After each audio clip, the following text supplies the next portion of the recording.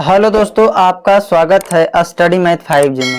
दोस्तों, इस वीडियो में आज हम बात करने वाले हैं क्लास 10th का MVVI ऑब्जेक्टिव का बारे में। ठीक है, जो कि वर्णिका भाग 2 करा रहे हैं। चैप्टर नंबर आज कराएंगे 5। ठीक है, चैप्टर नंबर 1, 2 और 3 और 4 नहीं देखे होंगे तो जाके प्लेलिस्ट में आप लोग देख सकते हैं। ठीक है, चलिए आज चैप्टर नंबर 5 को पूरा ऑब्जेक्टिव करने वाले हैं। चलिए वीडियो को शुरू करते हैं।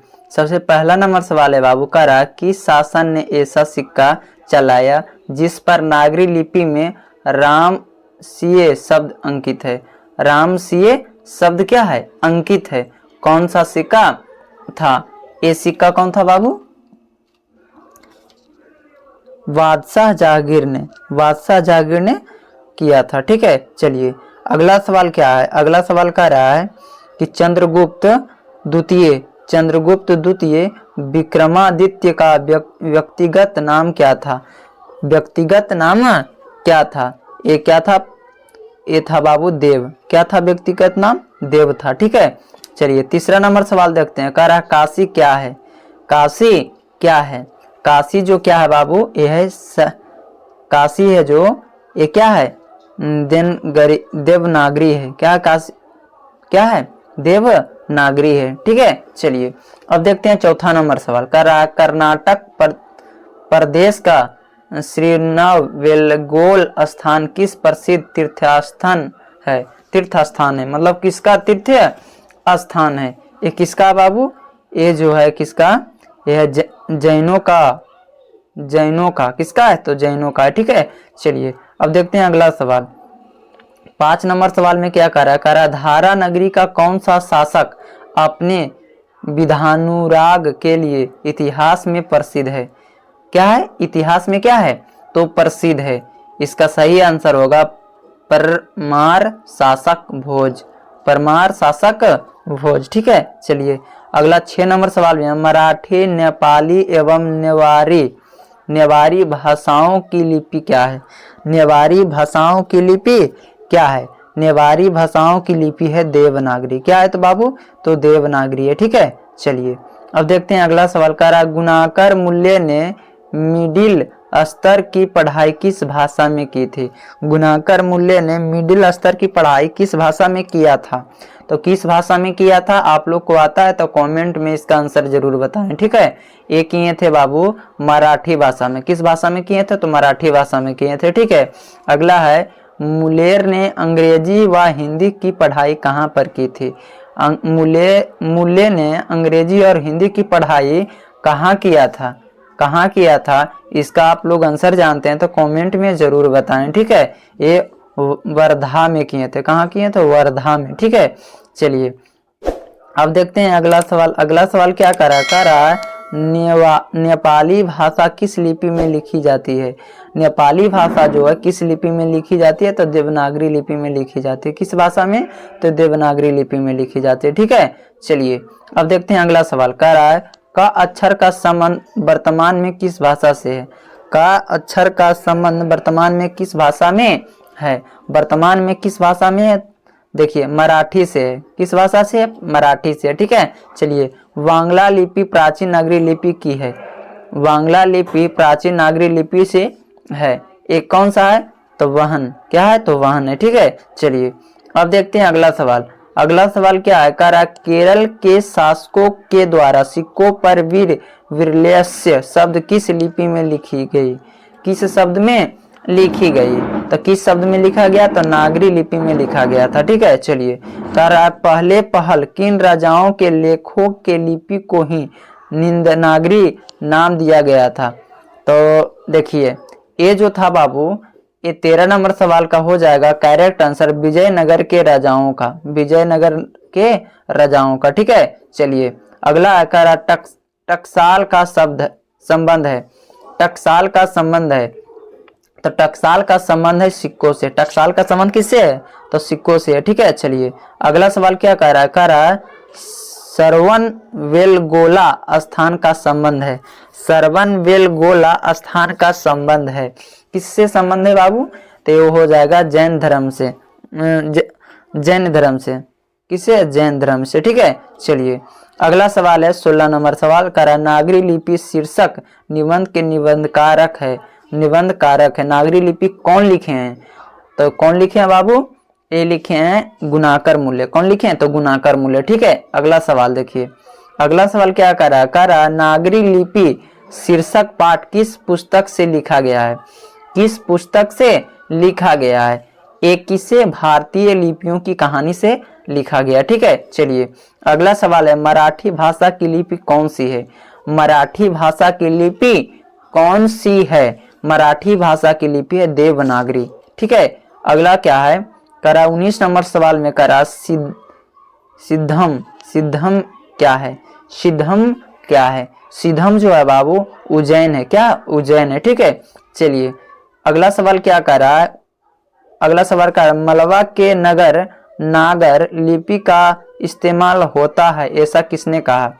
मलवा में नगर नागर लिपि का इस्तेमाल होता है इसने किसने कहा था? देखिए इसमें कहे थे अल्बेरूनी। किसने किया था? अल्बेरूनी ने कहे थे। ठीक है, अगला है अमोघ वर्ष। अमोघ वर्ष कौन था? अमोघ वर्ष कौन था? ये कौन थे बाबू? प्रख्यात राष्ट्रकूट राजा। प्रख्यात राष्ट्रकूट राजा थे। ठीक है, चलिए अगला सवाल क्या कर रहा है मिहिर भोज की ग्वालियरीन प्रसिद्ध किस भाषा में है? किस भाषा में है? ये कौन सी भाषा में है बाबू? ये संस्कृत में। क्या किस में है? तो संस्कृत में। ठीक है, चलिए अगला है बेतमा। बेतमा कहाँ है? क्या है? तो बेतमा कहाँ है? तो बेतमा देखिए बाबू बेतमा जो है बेतमा कहाँ है? तो उदयर के पास है। किसके पास है? तो इंदौर के पास है। बेतमा कहाँ है? तो इंदौर के पास है। ठीक है, करा ईसा की 14वीं 15वीं सदी के विजयनगर के शासकों ने अपनी लेखों की लिपि कौन कहाँ है? कौन कहाँ है? कौन कहाँ है बाबू? तो यह नींद नागरी। कौन सा है? तो नींद नागरी है। ठीक है, चलिए अब देखते हैं अगला सवाल करा हिंदी लिपि जाती है। हिंदी लिखी जाती है। हिंदी लिखी जाती है तो देवनागरी लिपि में। हिंदी जो लिखते हैं वो कौन सा लिपि है? तो देवनागरी लिपि है। ठीक है, चलिए अब देखते हैं अगला सवाल करा विजयनगर के राजाओं के लेखों की लिपि में क्या नाम दिया गया है? अर्थात विजयनगर के शासकों के लेखक किस लिपि में है? किस लिपि में है? तो ये कौन सी लिपि में है बाबू? ये देवनागरी लिपि में है। सॉरी नींद नागरी या देवनागरी एक ही होता है। नींद नागरी लिपि में। ठीक है, चलिए अब देखते हैं अगला सवाल। अगला सवाल कह रहा नागरी लिपि कब एवं सर्वदेशी लिपि थी? मतलब नागरी लिपि कब एक सर्वदेशी लिपि थी? सर्वदेशी लिपि कब थे? तो कब थे बाबू? ये तो आप लोग जानवे करते होंगे कि 18वीं से 11वीं सदी में क्या थे? तो ये थे सर्वदेशी लिपि। ठीक है, चलिए अब देखते हैं अगला सवाल। अगला सवाल देखिए क्या कर रहा है। कह रहा है पहले दक्षिण भारत की नागरी लिपि पहले क्या था? दक्षिण भारत की नागरी लिपि क्या कहलाती थी? पहले दक्षिण भारत की नागरी लिपि क्या कहलाती थी? क्या कहलाती थी बाबू? आप लोग बताइए इसका कमेंट में आंसर। ये सिद्धम कहलाती थी। क्या कहलाती थी? सिद्धम कहलाती थी। ठीक है, गुणाकर मूल्य का जन्म कब हुआ था? तो गुणाकर मूल्य का जन्म 1935 ईस्वी में हुआ था। कब हुआ था? 1935 ईस्वी में। गुणाकर मूल्य का जन्म कहाँ हुआ था? तो गुणाकर मूल्य का जन्म हुआ था बाबू। ये गुणाकर मूल्य का जन्म हुआ था। गुणाकर मूल्य का जन्म कहाँ हुआ था? आप लोग देखिए इसका कमेंट में आंसर जरूर आप लोग बताइए। गुणाकर मूल्य का जन्म कहाँ हुआ था? तो महाराष्ट्र में हुआ था। कहाँ हुआ था बाबू? महाराष्ट्र में हुआ था। ठीक है, चलिए अगला सवाल है परंपरा शासक भोजन कहाँ से रहने वाले थे? परमार शासक भोज कहाँ के रहने वाले थे? ठीक है, परमार शासक भोज कहाँ के रहने वाले थे? ते रहने वाले थे धारा नगरी के। कौन सी नगरी के? धारा नगरी के। ठीक है, गुप्तों की राजधानी को क्या कहा जाता है? तो गुप्तों की राजधानी को क्या कहा जाता है? तो देवनगर कहा जाता है। ठीक है, चलिए अगला गुणाकर मूल्य ने विभिन्न विषयों पर कितने निबंध लिखे थे? विभिन्न विषयों पर कितने निबंध? तो 2500 से अधिक निबंध लिख चुके थे। ठीक है, चलिए अगला सवाल है करा भारतीय लिपि की कहानी किनकी प्रसिद्ध रचना है? भारतीय लिपि की कहानी किसकी प्रसिद्ध रचना है? तो ये है गुणाकर मूल्य की। ठीक है, चलिए इस्लामी शासक का प्रारंभ काल है।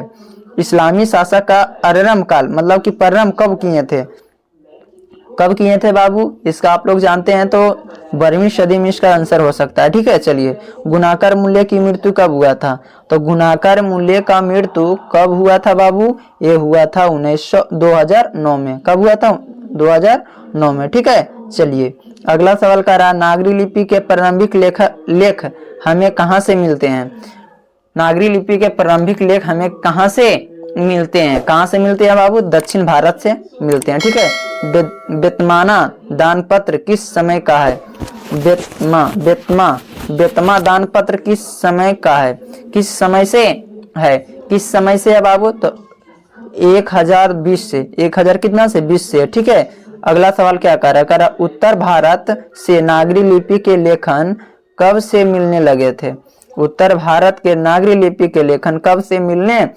लगे थे कब से मिलने लगे थे, तो 8वीं सदी से मिलने लगे थे। ठीक है, निबंध के लेखक है, निबंध के लेखक है, देखिए निबंध के लेखक कौन है बाबू, तो यह गुणाकर मूल्य, कौन है, गुणाकर मूल्य। ठीक है, अगला क्या कह रहा है, तमिल मलयालम तेलुगु कन्नड़ भाषाएं हैं, तमिल मलयाली तेलुगु कन्नड़ भाषाएं हैं।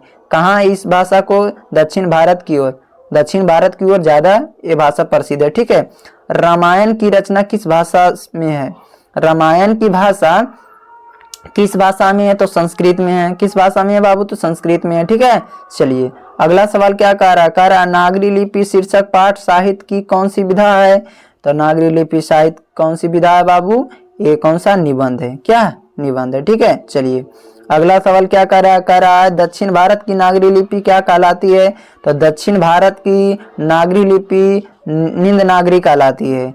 अगला सवाल है, 10वीं 11वीं सदी के किस रचना में नए भारत यूरोप में बीच व्यापार संबंध के बारे में बताया गया था, तो कब बताया गया था, पद्मावत में, पद्मावत में। ठीक है, चलिए अगला सवाल देखिए क्या करा, दक्षिण भारत में द्रविड़ भाषा परिमाण की कौन सी भाषा सबसे अधिक प्राचीन है, सबसे अधिक प्राचीन है, तो हो जाएगा ए तमिल, कौन सी भाषा, तो तमिल भाषा। ठीक है, चलिए 48 में करा, सरहमपाद की कृति है, सरहमपाद की कृति है, ये क्या, दोहा कोश है, क्या दोहा कोश है। ठीक है, चलिए अगला सवाल है, दोहा कोश किसकी रचना है, तो दोहा कोश किसकी रचना है, तो सरहमपाद की है, सरहमपाद की है। ठीक है, चलिए हिंदी के आदि कवि है, हिंदी के आदि कवि है, 50 का सही आंसर क्या होगा, सरहमपाद, क्या होगा, हिंदी के आदि कवि कौन है, तो सरहमपाद है। ठीक है, चलिए अगला सवाल, सूर्य नामक पुस्तक किनकी रचना है, सूर्य नामक पुस्तक किनकी रचना है, तो गुणाकर मूल्य की है, सूर्य नामक किसकी रचना है, तो गुणाकर मूल्य की है। ठीक है, चलिए अगला करा, नेवारी भाषाएं किस लिपि में लिखी जाती है, नेवारी भाषा किस लिपि में लिखी जाती है, तो नेवारी लिपि देवनागरी में लिखी जाती है।